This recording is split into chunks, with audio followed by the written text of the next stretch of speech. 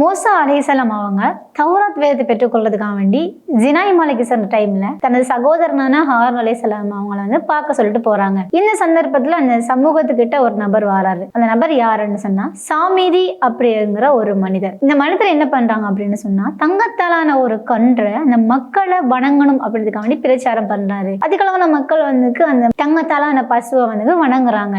இதை ஹாரூன் அலைஹிஸ்ஸலாம் ரொம்ப எச்சரிக்கிறாங்க. ஆனா இருந்தும் சில மக்கள் எதிர்த்துட்டு அந்த சிலையை தங்கத்தாலான சிலையை வணங்குறாங்க. நீண்ட நாட்களுக்கு அப்புறமாக மூசா அலைஹிஸ்ஸலாம் அவங்க இறைவனிடம் இருந்து தௌராத் வேதத்தை வாங்கிட்டு அந்த குறித்த இடத்துக்கு வராங்க.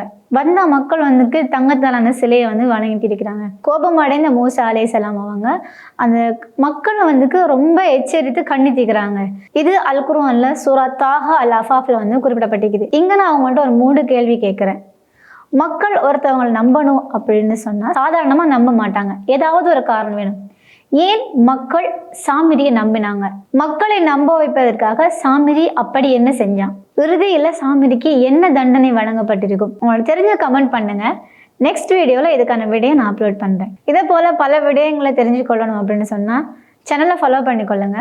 அதே மாதிரி இந்த வீடியோ லைக் பண்ணிட்டு ஷேர் பண்ணிக்கொள்ளுங்க.